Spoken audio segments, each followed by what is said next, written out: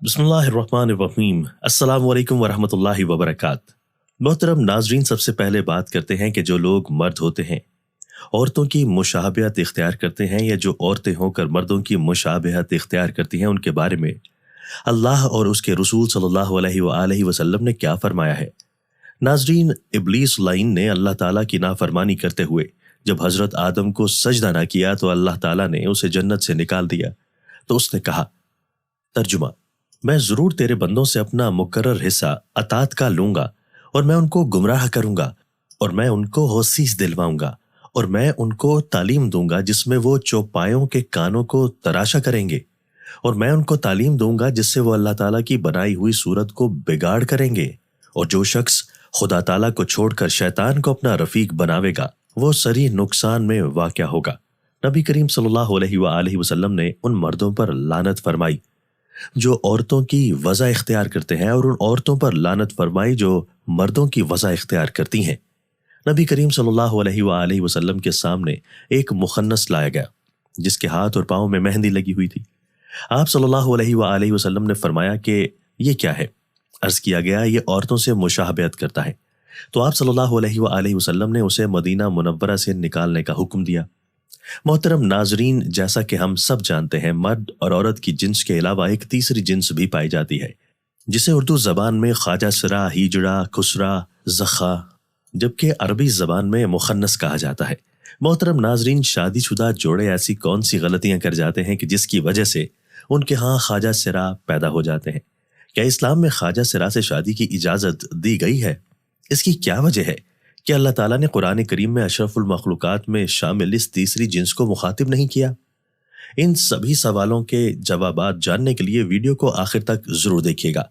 ناظرین، بے شک اللہ تبارک و تعالیٰ ہی ساری کائنات کا خالق و مالک ہے، پھر ایسے کیسے ممکن ہے کہ وہ اپنی مخلوق میں اس تیسری جنس کا ذکر نظر انداز کر دے؟ یہ محض ایک غلط فہمی ہے۔ محترم ناظرین، آئیے مشہور سائنسدان ہیری کلین فیلٹر کی تھیوری کو دیکھتے ہیں۔ ہیری کلین فیلٹر نے ایک بیماری دریافت کی جس کا نام اس نے اپنے نام پر یعنی کلین فیلٹر سینڈروم رکھا تھا۔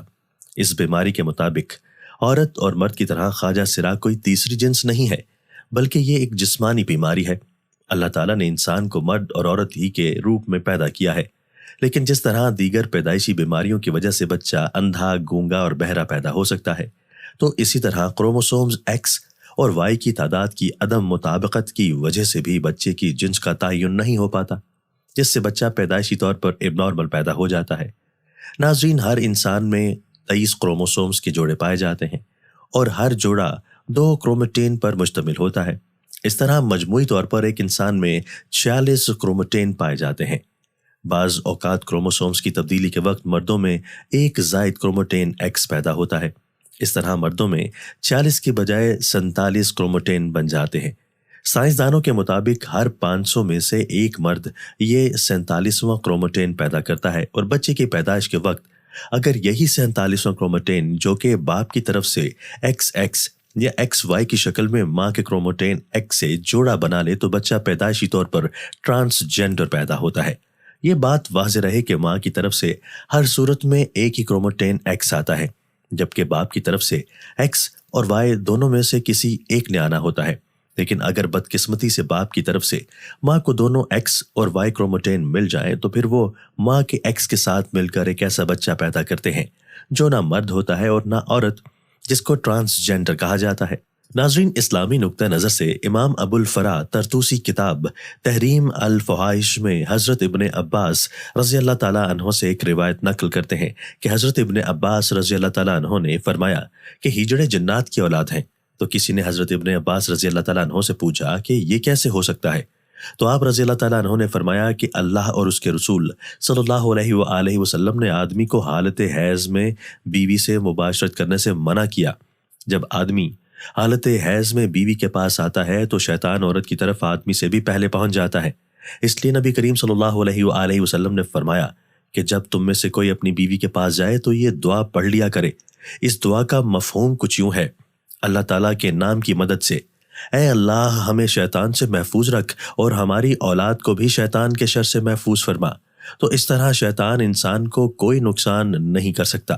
قرآن کریم میں سورہ شورى میں اللہ اپنی حاکمیت بیان کرتے ہوئے ارشاد فرماتا ہے کہ بے شک آسمان اور زمین کی حکومت اللہ ہی کے لیے ہے، وہ جو چاہتا ہے کرتا ہے، وہ جسے چاہتا ہے بیٹے عطا کرتا ہے اور جسے چاہتا ہے بیٹیاں عطا کرتا ہے، اور وہ جسے چاہتا ہے بے اولاد رکھتا ہے، وہ تو جاننے والا اور قدرت والا ہے۔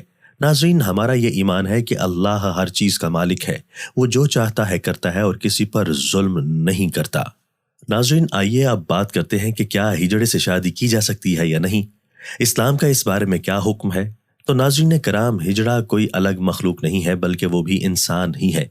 خلقی اوصاف کے اعتبار سے ان میں سے بعض مردانہ اوصاف سے محروم ہوتے ہیں اور بعض زنانہ اوصاف سے۔ یہ انسان کی تخلیق کے وہ عیب ہیں جو اللہ نے ان میں ایسے رکھے ہیں، جیسے ہم بعض لوگوں کو انسانی اعضاء سے معذور پاتے ہیں۔ یہ نقائص امتحان کے لیے انسان میں رکھے جاتے ہیں۔ ایک انسان جو کہ معذور ہونے کے باوجود کامل عقل و شعور رکھتا ہے تو اس کا امتحان صبر کا امتحان ہے۔ خنسی مشکل یعنی جس شخص میں مرد و عورت کی علامت بالکل برابر ہوں سے کسی لڑکے یا لڑکی کا نکاح شرعاً جائز نہیں ہے۔ البتہ خنسی غیر مشکل یعنی وہ خنسی کے جس میں مردانہ طاقت اور علامات غالب ہوں تو شرعاً مرد شمار ہونے کی وجہ سے اس کا کسی لڑکی سے نکاح کیا جا سکتا ہے، اور اگر اس میں زنانہ صلاحیتیں اور علامات غالب ہوں تو اس کا کسی مرد سے نکاح شرعاً بھی جائز اور درست ہوگا۔ ناظرین، یہاں ایک واقعہ پیش کرتے ہیں کہ ایک بار ایک شخص امیر المومنین حضرت علی ابن طالب رضی اللہ تعالیٰ عنہ کی بارگاہ میں حاضر ہوا اور عرض کرنے لگا، اے امیر المومنین، میرا بھائی ایک خواجہ سرا کی محبت میں گرفتار ہو گیا ہے۔ جب ہم نے اس کو اس عمل سے باز رکھنے کی کوشش کی تو اس نے اس خواجہ سرا سے شادی کر لی۔ اب آپ بتائیے کیا یہ نکاح جائز ہے؟ تو آپ رضی اللہ تعالیٰ عنہ نے دونوں کو بلوایا اور خواجہ سرا سے پوچھا، کیا تمہاری مشابہت مرد کی طرح ہے یا عورت جیسی ہے؟